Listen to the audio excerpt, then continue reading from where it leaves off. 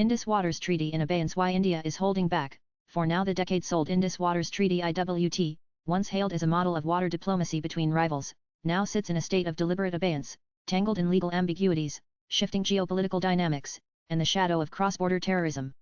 For India, the current moment represents both an opportunity to revisit a flawed treaty and a strategic dilemma whether to push harder or hold back. Top government sources say India's decision to pause rather than break the treaty outright is not a retreat, but a calculated posture grounded in both legal prudence and international optics. Why the treaty is still in place. At the heart of the IWT crisis lies a key structural flaw. The treaty provides no clear path for unilateral withdrawal or suspension.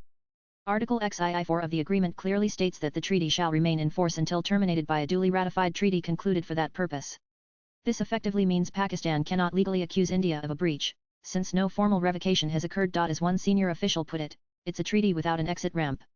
That's by design, but it doesn't reflect the current reality of state-sponsored terrorism. India's legal and strategic leverage. India's position is further insulated by international legal instruments.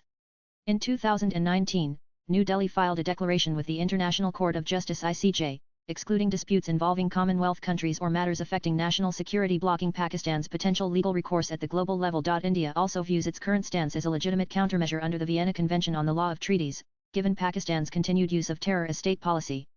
While it's difficult to prove Pakistan's direct hand in specific attacks, the cumulative evidence of support to terror groups forms the moral and diplomatic basis for India's hardened posture. We are not tearing up the treaty, but we are signaling that terrorism has a cost even in water sharing, a senior official said. Pakistan's geographic and strategic weakness. Pakistan's vulnerability is geographic. Being a lower riparian state, it is heavily dependent on India-controlled rivers, particularly the Jhelum and Chenab flowing through Jammu Kashmir.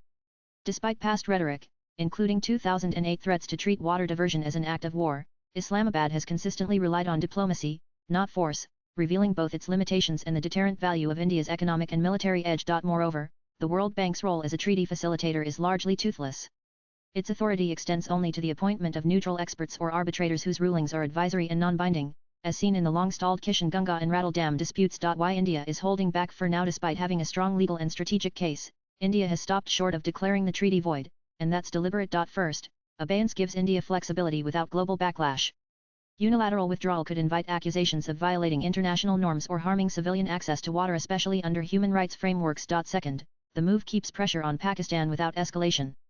India's economic size and growing global alliances make a case for measured assertiveness over impulsive declarations. Third, it preserves India's image as a responsible regional power, especially at a time when it seeks global leadership roles, whether in the G20, BRICS, or UN platforms. What lies ahead? Swipe left for next video. The current IWT freeze reflects a broader trend in India's foreign policy using restraint as leverage. For now, India is content sending the message that even water, a traditionally sacrosanct domain, is not beyond the consequences of terrorism. But should provocations escalate or talks stall indefinitely, India has left the door open to redefining the rules. The Indus may still flow, but the political current has undeniably changed. Latest blogs.